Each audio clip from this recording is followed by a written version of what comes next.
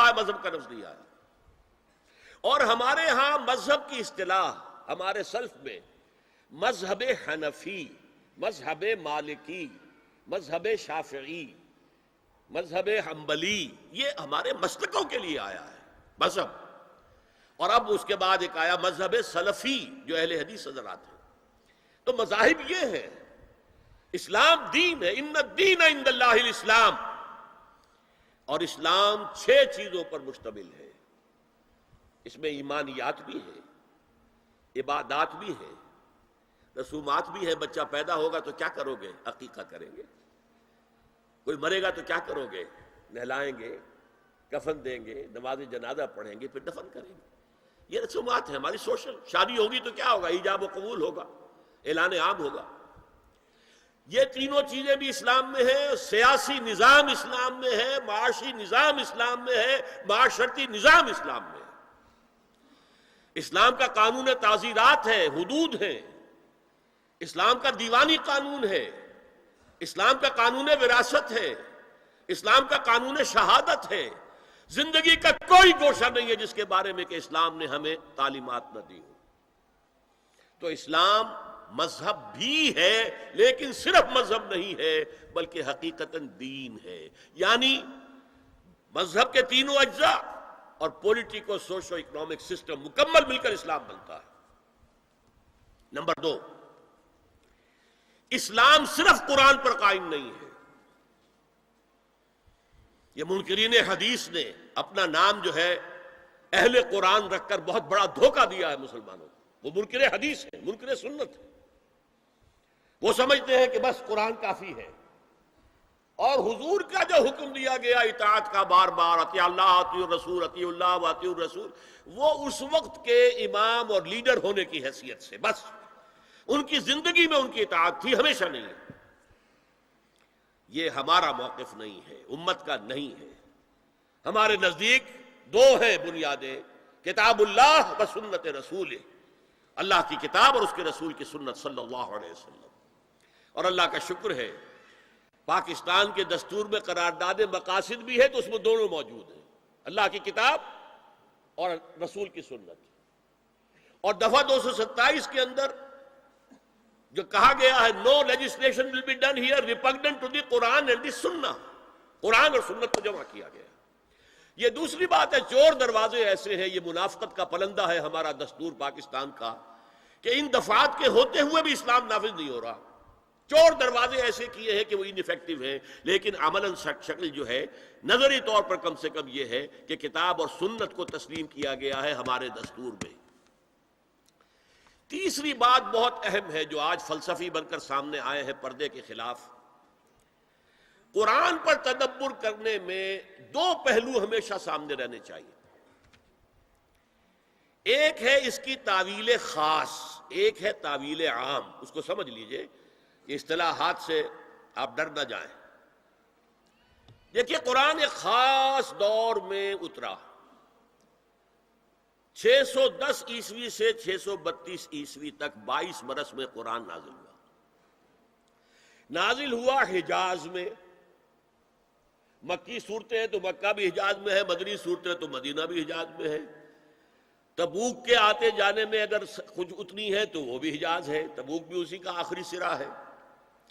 ہجرت کے دوران اتری ہے تو وہ بھی حجاز ہے. تو یہ حجاز میں اترا ہے، اور وہی لوگ اس کے اولین مخاطب تھے. لہذا قرآن مجید میں جو چیز بھی نازل ہوئی ہے وہ اس وقت کے ماحول کے ساتھ کوئی نہ کوئی اس کی نسبت تھی، تبھی وہ سمجھ سکتے تھے. ہوا میں باتیں تو نہیں ہو سکتی. لیکن قرآن ہدایت ہے ابد الآباد تک کے لیے. یہ صرف اس وقت کے لیے ہدایت نہیں، آج بھی یہی ہدایت ہے، قیامت تک یہی ہدایت رہے گی.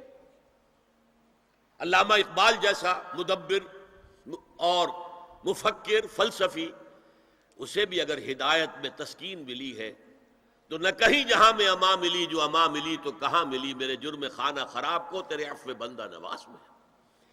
زندگی کے آخری دور میں صرف قرآن پڑھتے تھے، کوئی فلسفے کی کتاب نہیں، قرآن.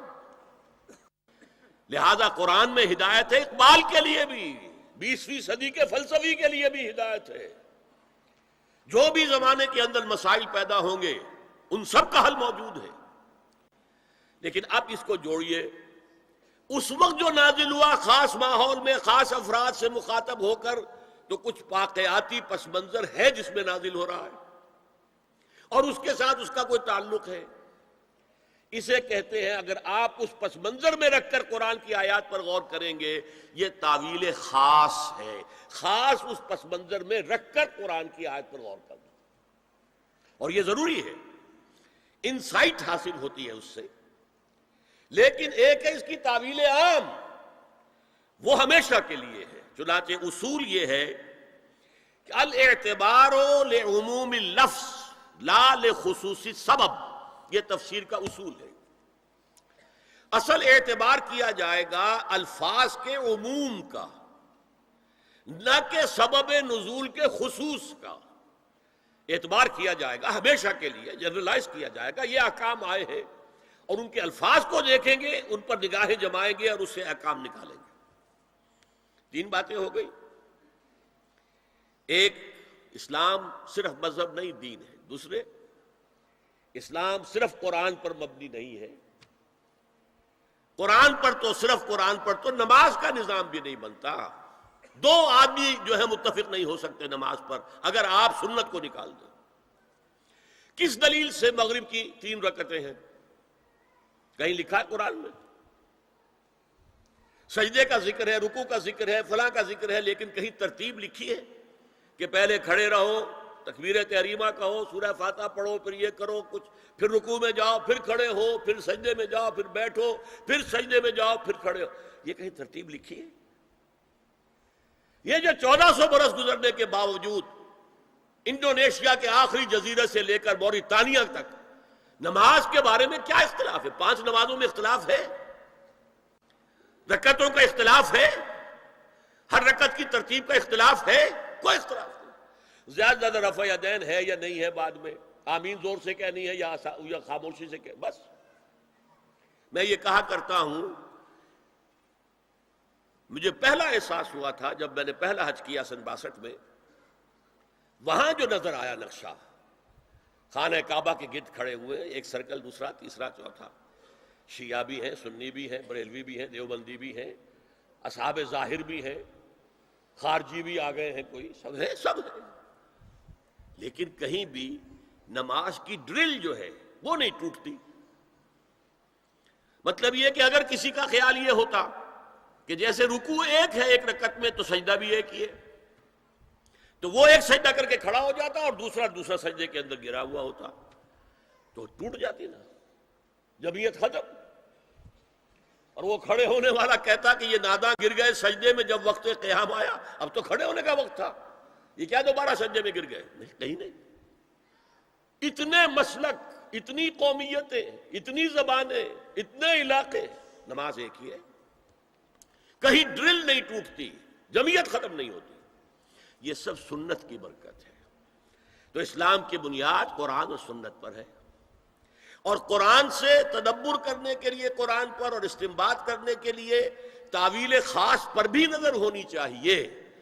You get the background جس کے اندر کے وہ آیات نازل ہوئیں، ٹھیک ہے، لیکن ان کی عام تعویل کی جائے گی کہ یہ ہمیشہ کے لیے اس سے کیا قانون جو ہے وہ مستنبت ہوتا ہے.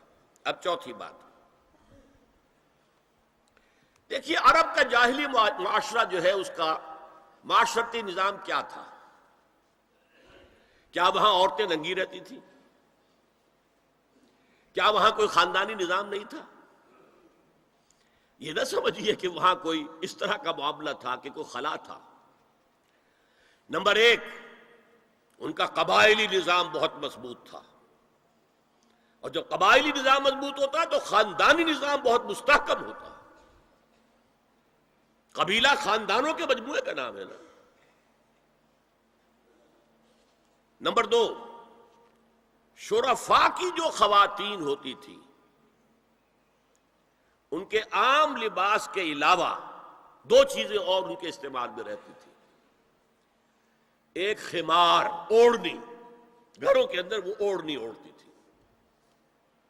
ایک جلباب، لمبی سی چادر کہ جب باہر نکلتی تھی تو اس میں اپنے پورے جسم کو لپیٹ لیتی تھی، لیکن چہرہ نہیں چھپا